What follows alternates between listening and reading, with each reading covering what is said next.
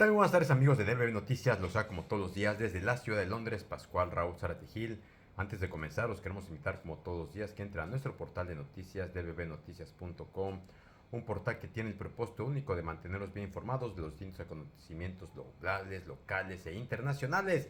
Y bueno, como todos los viernes tenemos a nuestro invitado de lujo, al doctor Werner Voigt, el que, bueno, cada semana nos trae un análisis realmente muy atípico, como lo mencionamos así, no por solamente el tema, sino también por el análisis, que realmente es prácticamente imposible encontrar a alguien a tal nivel, no solamente educativo, de visión, y también análisis tan estructurado, y esto no se debe solamente a pues la experiencia que tiene aquí en estos prácticamente grabaciones que vamos haciendo, también los programas de radio previamente en Día Voz, pero sí, sobre todo la gran experiencia laboral que tiene académica el doctor Werner Voigt, como muchos y seguramente ya todos saben.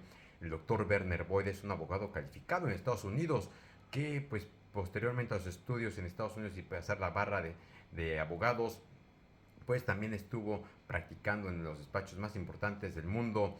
Después de ello también se dedicó a hacer un doctorado en Derecho Islámico por la Universidad del Cairo, así como después independientemente seguir con su carrera también legal.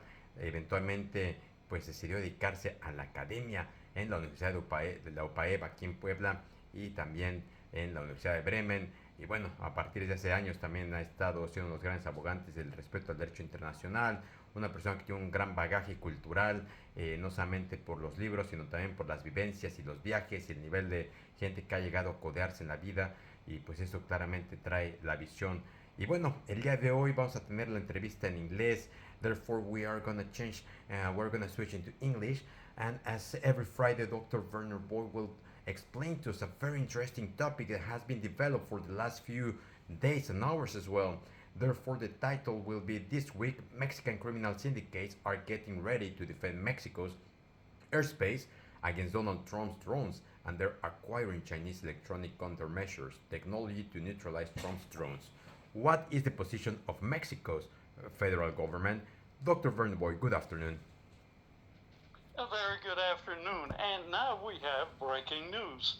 President Trump just secretly signed a directive to the Pentagon to begin using military force and attack drones against Latin American drug cartels, according to a New York Times report. Well, there are no specifics, however, about what actions the military may take against the cartels. Some of those options might be ISR espionage flights that would be launched as part of any operations. This week, seeing such a flight show up on Flight Radar 24 on the internet, that validated what cartel trackers have thought about these drones for some times now. We have seen Customs and Border Patrol drones magically appear over the Gulf of Mexico in the past few weeks, and this is the first definite proof we have them operating in Mexico. Even though the MQ-9 drones let their location be known for hours, given the secret nature of these operations, we may never learn their true mission. And an MQ-9 Guardian medium altitude long endurance drone operated by the U.S. Customs and Border Protection Agency flew deep into Mexico Monday morning, according to flight tracking data. What at least appears publicly to be a very rare event comes as the Trump administration has now authorized the military to take action against cartels in Mexico, as we just said a moment ago. the drone that was seen on Monday using the call sign Troy 701 took off from San Angelo, Texas at about 4 o'clock in the morning and flew more than 800 miles to the south, including about 600 miles deep into Mexican airspace, according to data provided by Flight Radar 24. Now, Flight Radar 24 is an internet site that is open and accessible to any member of our audience if they want to track flights on which family members are and other aerial operations, including this particular flight known as Troy 701. Now, Troy, T-R-O-Y, is a known Department of Homeland Security call sign, and San Angelo is one of 3 locations where the Customs and Border Patrol Agency has MQ-9 drones. The military variant of the Guardian is the MQ-9 Reaper, which can employ a variety of weapons and explosives, in addition to collecting data from a vast array of reconfigurable sensors.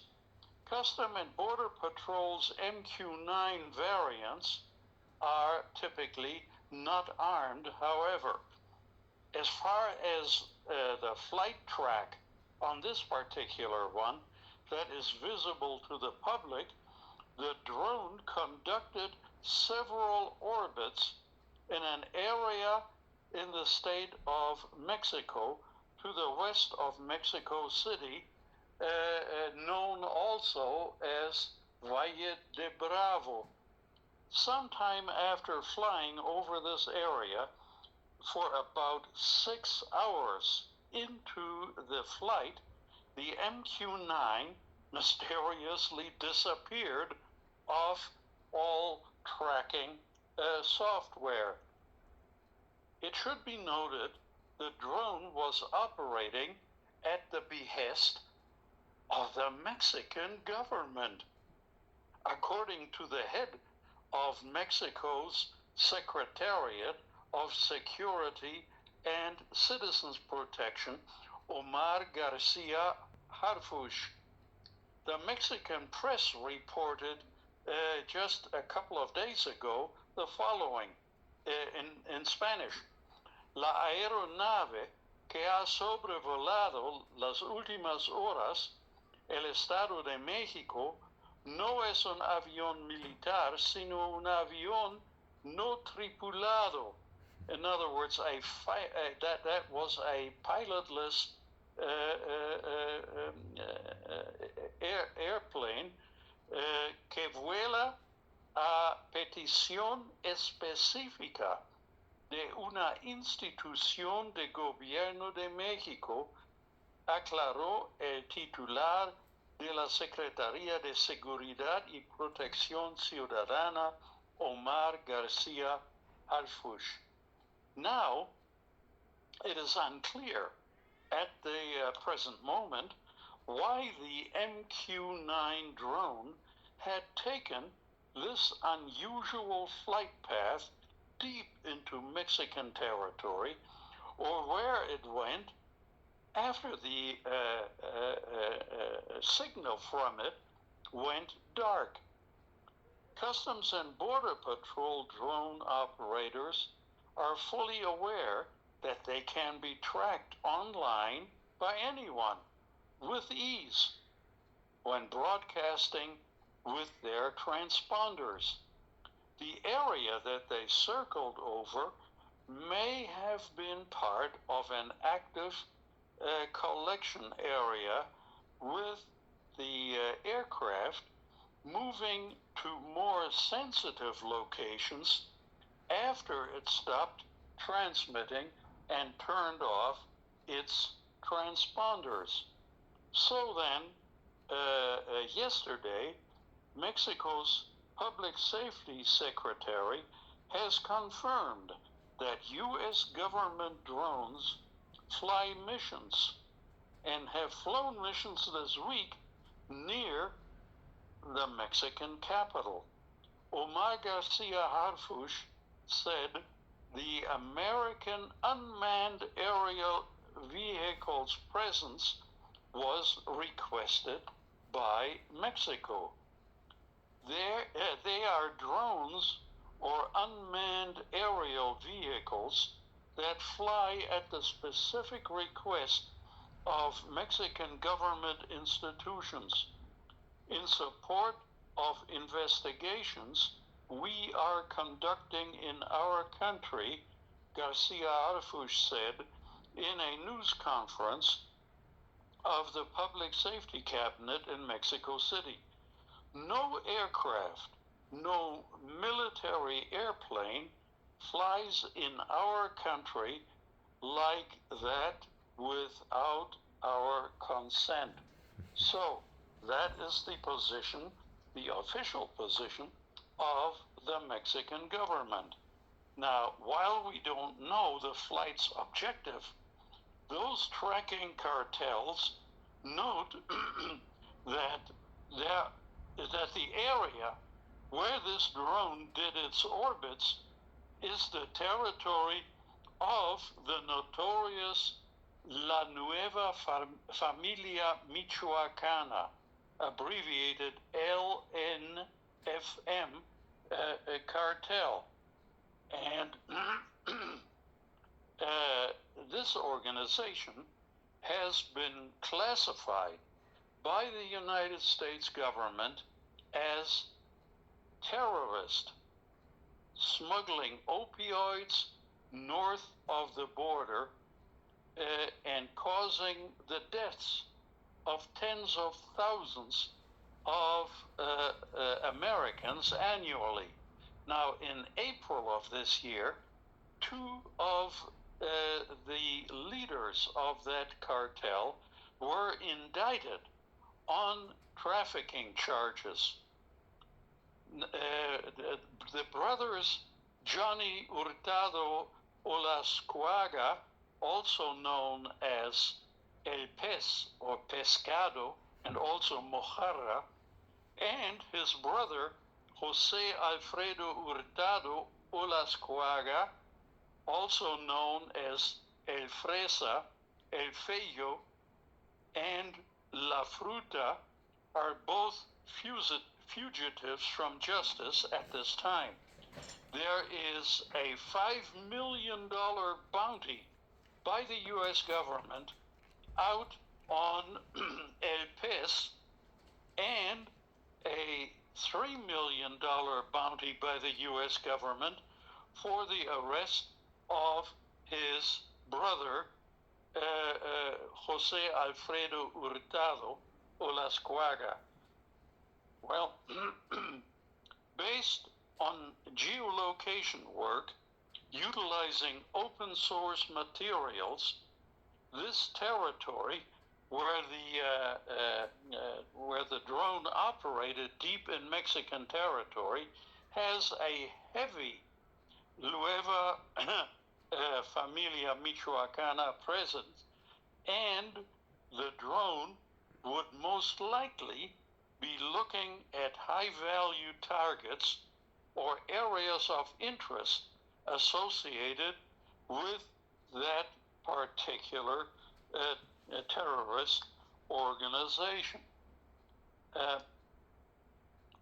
The Customs and Border Patrol also uses Predator B aircraft to perform binational law enforcement operations with the government of Mexico through coordination at the Information Analysis Center located at the U.S. Embassy in Mexico City. 7% of Predator B flight hours from fiscal years 2013 through 2016 were in airspace located in Mexico on 1,615 flight hours total. This week's flight was made by tail number CPB 113, according to Flight Radar 24. The aircraft has been referred to in the past as a Guardian Maritime mission version of the Q9 family of drones.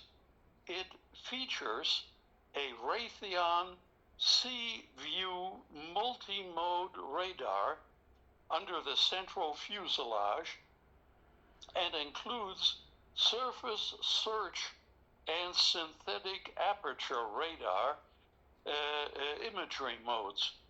Now,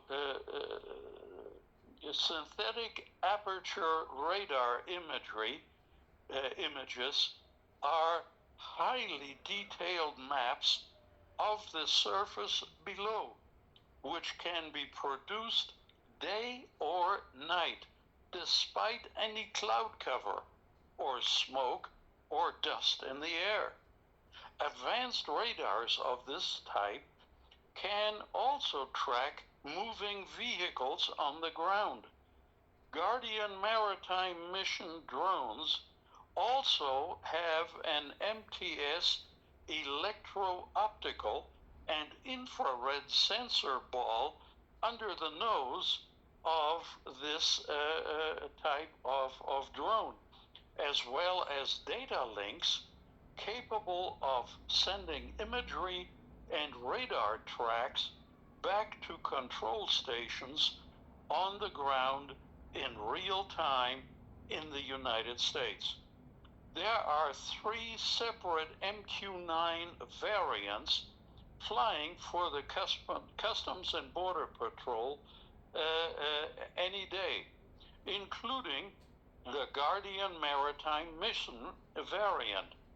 Beyond internal radar and electro-optical versions, they can also carry a wide array of missionized systems. Now, the CIA is also reportedly flying MQ-9s type Reaper over Mexican territory to spy on drug cartels. The overflights are said to have built off a covert CIA drone surveillance program that began under Joe Biden and focused on finding laboratories producing the narcotic fentanyl inside Mexico. Now, the United States Air Force's MQ-9s were not on a list of aerial assets being used by Northcom to collect information against cartels for the border mission. Northcom oversees the U.S. military response on the southern border. First-person view attack drones have been so successful in the Ukraine war that now Mexican drug cartels are reportedly seeking first-hand lessons on best practices. Intelligence agencies in Kiev, in the Ukraine, and in Mexico City are investigating whether cartel members fighting on behalf of the Ukraine against Russia are doing so to learn more about how to operate first-person view attack drones against intruders, learning how to operate and maintain first-person view attack drones from the world's leading practitioners, the Ukrainians, could drastically speed up the learning curve for the cartels that operate here, which are in the early stages of using these attack weapons. The investigation centers on cartel members who allegedly joined Ukraine's International Legion were created at the beginning of the all-out war between Russia and the Ukraine, and this International Legion was created to allow foreigners to fight against Russia, and recently the Ukrainian espionage services have reported the arrival of quite a number of Spanish-speaking volunteers to serve in this legion. And a recent report from Mexican media reveals that Maritza, a prominent faction of the Sinaloa cartel, has recently acquired government-grade drone jamming technology by exploiting legal loopholes, and is using such loopholes to counter federal operations against criminal cartels in Mexico. The equipment we're talking about is among the most advanced available today. The technology is typically used in electronic warfare and anti-drone operations. One device, known as the Skyfend Hunter, that's SKYFEND and then Hunter, this device resembles a rifle, but functions as a portable signal jammer. It can simultaneously disrupt the control, navigation, and video transmission of multiple drones within a 5-kilometer range. The Skyfend Spoofer, a second version of the Skyfend technology, is a backpack-style device that emits continuous false signals in a 3-kilometer radius. According to the Chinese manufacturer, drones entering the area lose control and either crash or they flee from the zone. The third device is the Skyfend Guider, that's Guider, an electronic tablet that serves as a portable command and control center. It integrates data from the Hunter version and the Spoofer version to allow real-time monitoring and simultaneous control of up to 10 drones.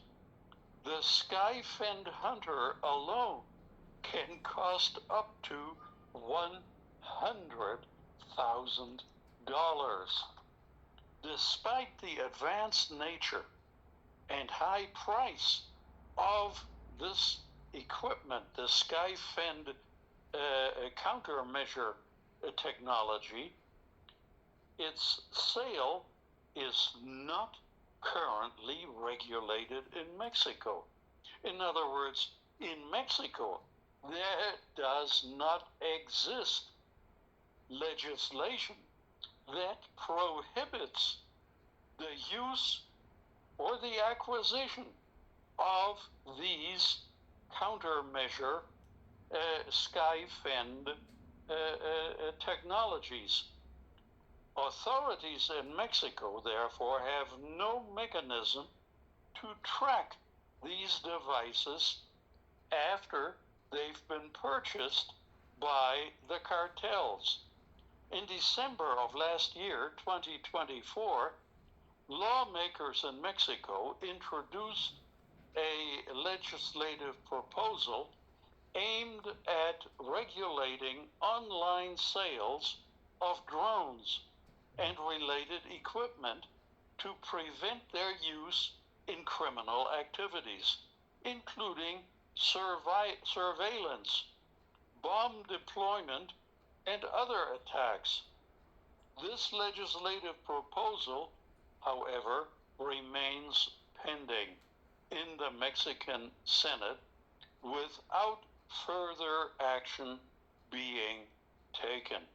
So finally then, at present, only the drug cartels have the ability to protect Mexico's airspace against foreign intrusion.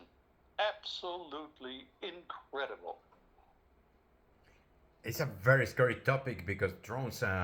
I think the war between Russia and Ukraine has proven that to us that it's a very a new way to have a different approach to the war. But not only that, it's even more concerning the possibility of Mexican cartels having access or at least trying to learn how to defend themselves for an eventual attack from the U.S. or even Mexican government.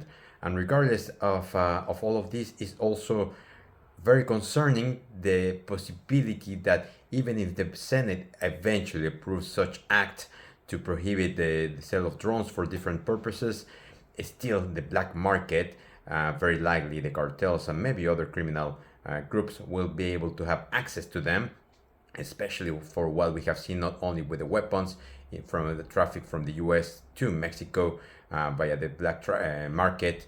So it is extremely difficult to know what will happen. In the meantime, let's see how much the US will try to keep pushing the Mexican government to monitor the criminal activity from certain cartels, such as the one that you have mentioned in our territory, but also how much the Mexican government will invest to innovate and have controls for all of this. Regardless, like I have mentioned, it will be very difficult really to enforce a law where it's almost impossible to have control in all the borders and say certain goods such as drones that would enter into our country. Well, it would be well worth our while to spend the money to blanket at least the northern half of Mexican territory with this countermeasures technology, even though each one of these units costs approximately $100,000. In our federal budget, there should be enough money available to protect Mexico's airspace, because Mexican cartels also are using drones in these days.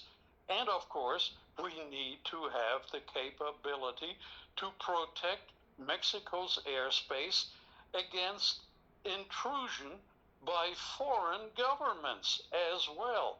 And I am concerned that there can be the possibility of drones operated by U.S. agencies, such as Customs and Border Patrol, can mistakenly attack innocent civilian targets rather than targets that the Mexican government has authorized the use of this technology against. That is actually I fully agree with that. That is very concerning how much different U.S. agencies they will be able to patrol without supervision from our Mexican government. And yes, I think it's mandatory for Mexico to start investing and looking for solutions, not only for criminal groups within our territory, but especially also for these agencies such as the ones in the US. If not, we are really staying behind again. And regardless how expensive they are, because most of us probably know these famous drones that people play with them, but the type of drones we are talking about here are completely different, and they are so efficient that we can see in the news what has happened on these attacks between Russia and Ukraine. Yes, absolutely. And as we mentioned 3 weeks ago, some of these MQ-9 drones have the size of pickup trucks. In other words, they are not toys. They can carry serious explosive loads and air-launched rockets. Yeah, absolutely. I think it's really imperative for the Mexican government to start looking for solutions, investment on this, so we don't stay behind. And when we want to answer or respond to any type of attack, regardless if it's internal or external, we are prepared and we are not really behind. And let's not discard, which is very difficult, I guess, at this stage, to push for the Mexican industry to create a different type of drone. But unfortunately, I think most of them are created by foreign countries, such as in the US. And definitely, I think it will be very important to keep an eye on the development of this matter on the next following weeks and months. Absolutely, I agree. Dr. Werner Voigt, we would like to thank you so much once again for another very interesting topic. I was not aware from my side this development of these issues between although I read about the statement from Omar Garcia Harfuch. Still, I was not deeply involved on what's really behind this flight, these drones, and also that the Mexican cartels, they already have access to them, and also they're getting involved in the war between Ukraine and Russia to have a quicker learning curve how to defend themselves from any future attack and how to use them as well as efficient as possible. So we would like to thank you once again. We wish and we hope to have another comment from your side next week, of course, in Spanish, and we would like to wish you a great weekend. It'll be a pleasure. Thank you very much. Speak to you next week. Take care. Pues amigos, como escucharon, es un tema muy interesante. La verdad es que es un tema preocupante, todo el tema de los drones que pues prácticamente comentaba Omar García Harfuch hace unas semanas. Pues no hay claridad, y la preocupación es también no solamente la vigilancia de Estados Unidos y de otros países o otras agencias, sino también los mismos grupos criminales de México que ya tengan acceso a ello, que se estén entrenando, y pues por desgracia esta legislación en México que tratará de imponerlos, pues eso solamente será legislación. La realidad es que el mercado negro y otras formas siempre se pueden encontrar estos drones sofisticados, y que México también tenga que innovarse, invertir y sobre todo pues dirigirse con el sector militar para poder tener acceso a cualquier evento futuro. Ojalá que no tengan cómo defendernos de este tipo de armamento nuevo que está cambiando la guerra, como vemos entre Ucrania y Rusia. Como siempre, les queremos agradecer. Antes de despedirnos, invitamos como todos los días a que le den like, compartan, dejen sus comentarios y nos escuchamos a partir del próximo lunes con noticias frescas antes que los demás. Hasta la próxima.